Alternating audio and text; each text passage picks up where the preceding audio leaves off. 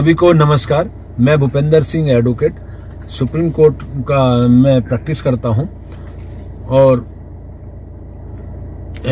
UCC और common civil code के बारे में आज काफी चर्चा है। हमारे प्रधानमंत्री ने भी, हमारे यशस्वी प्रधानमंत्री श्री नरेंद्र मोदी जी ने भी समान जो नागरिक संहिता के लिए बोला है और कहा है कि इसका देश के लिए लागू होना बहुत आवश्यक है। उसके बारे में मैं कुछ चीजें संविधान से संबंधित और कानून से संबंधित जनता के लिए बताना चाहूंगा कि समान नागरिक संहिता हमारे संविधान में स्पष्ट लिखा हुआ है कि देश में रहने वालों के लिए समान नागरिक संहिता बनानी बहुत आवश्यक है। ये हमारे संविधान के भाग 4 में आर्टिकल 44 में स्पष्ट लिखा हुआ है कि देश में रहने वालों के लिए एक समान कानून होना चाहिए। अगर एक समान कानून होगा तो भाईचारा बढ़ेगा, देश मजबूत होगा। भाईचारा कहने से भाईचारा नहीं आ सकता। अगर कानून समान नहीं है तो कैसे भाईचारा आ सकता है? दो भाइयों, जैसे हमारे प्रधानमंत्री जी ने भी बोला कि एक घर में दो भाइयों के लिए अलग अलग कानून कैसे हो सकता है? ये पक्षपात हो जाता है। एक रूप से इसको पक्षपात कह सकते हैं कि एक को कम सजा दे दी गई और उसी अपराध के लिए एक को ज्यादा सजा दे दी गई, तो ये पक्षपात हो जाता है। और पक्षपात जब होने लगता है तो वो घर बिगड़ने लगता है। तो ये संविधान निर्माताओं ने पहले ही सोच लिया था और सभी संविधान निर्माताओं ने एक स्वर में आवाज निकाली थी कि सभी देश के रहने वालों के लिए, देश की जनता के लिए, अपने देशवासियों के लिए समान नागरिक संहिता का होना बहुत आवश्यक है, जिसको आज यूसीसी भी बोला जा रहा है, यूनिफॉर्म सिविल कोड के नाम से भी बोला जा रहा है।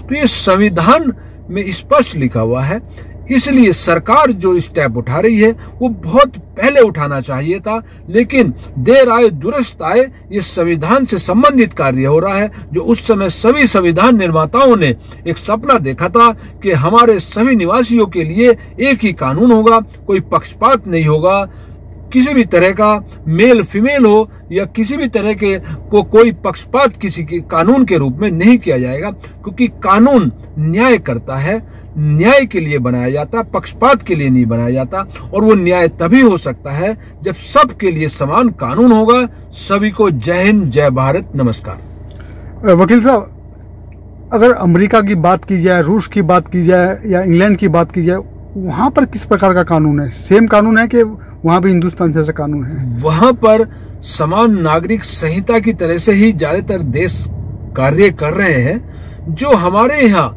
जब देश गुलाम नहीं था उससे पहले यही चीजें समान नागरिक संहिता काम करती थी, लेकिन जब ये बीच में कुछ आक्रांता आए तो उन्होंने हमारे समाज को तोड़कर और अपना राज करने की कोशिश करी और अलग अलग वर्गों में बांटने की कोशिश करी, जिसकी वजह से ये समाज में कुछ बिखराव आया। ये अंग्रेजों की देन है क्या? ये ज्यादातर जो बिखराव है, ये अलग अलग कानून है, ये अंग्रेजों की और आक्रांताओं की, और जो मुगल शासक रहे, जो विदेशी आक्रांता रहे, उनकी देन है। क्योंकि हमारा समाज एक रहा है। हमारे समाज में कोई जातिवाद नहीं था, न ही जाति शब्द किसी शास्त्र में मिलेगा। आज जाति शब्द का सनातन धर्म या हिंदू संस्कृति पर आरोप लगाया जाता है। मैं ये दावे के साथ कह सकता हूं कि जाति शब्द हमारे किसी भी शास्त्र में नहीं आता है। मनु संहिता में जाति शब्द ही नहीं है, और मनु संहिता इस दुनिया का सबसे पहला लिखित संविधान है जिसको हटा दिया गया और जो विज्ञान पर आधारित था, जिसमें कहीं पर भी कोई जातिवाद नहीं है, ना कोई भेदभाव है, ना कोई लैंगिक भेदभाव है, औरत और आदमी में कोई भेदभाव नहीं किया जाता है, लेकिन सारा आरोप उसी पर लगाया गया। तो ये आरोप अंग्रेजों ने, मुगल आक्रांताओं ने लगाया हमें बिखराव करने के लिए, और हम अपनी जड़ से हटाकर और भटका दिया गया। तो उस भटकाव को रोकने के लिए, अपनी जड़ों को पहचानने के लिए यूसीसी का आना बहुत आवश्यक है। समान नागरिक संहिता अर्थात सभी के समान अधिकार, पक्षपात रहित अधिकार। अगर कोई एक अपराध करता है तो उस अपराध के लिए सबको समान सजा हो, यानी एक अपराध के लिए किसी और को दूसरी सजा, दूसरे को कम सजा, एक को ज्यादा सजा, ये प्राकृतिक न्याय का उल्लंघन है, अर्थात नेचुरल लॉ जो होता है जिससे पूरा ब्रह्मांड कमांड होता है, अगर उसी का उल्लंघन कर दिया जाएगा तो कैसे न्याय आप कोई कर सकता है जब तक समान नागरिक संहिता नहीं होगी। वकील साहब, आज से अगर 70-75 साल पहले जब ये कानून बना उस वक्त और सिचुएशन थी देश की, आज कुछ और है, तो बदलाव की बहुत जरूरत थी कानून में। तो ये मोदी सरकार जो कानून में काफी सारे बदलाव कर रही है, ये सब ठीक है? हाँ, ये बहुत आवश्यक है। जैसे मैंने पहले ही बताया कि ये कानून जब संविधान लिखा गया तो संविधान में जो आर्टिकल्स लिखे गए हैं कि हमारा संविधान क्या क्या कार्य करेगा, कैसे जनता को न्याय देगा, ये साफ लिखा हुआ है। तो उसमें समान नागरिकता के लिए साफ लिखा हुआ है। तो ये कार्य तो पहले होना था, उसी समय होना था जब ये संविधान लिखा गया था, जब फर्स्ट हमारी लोकसभा या संसद बैठ रही थी, उसी समय इस पर ध्यान देना था कि सभी नागरिकों के लिए समान कानून हो, पक्षपात रहित कानून हो।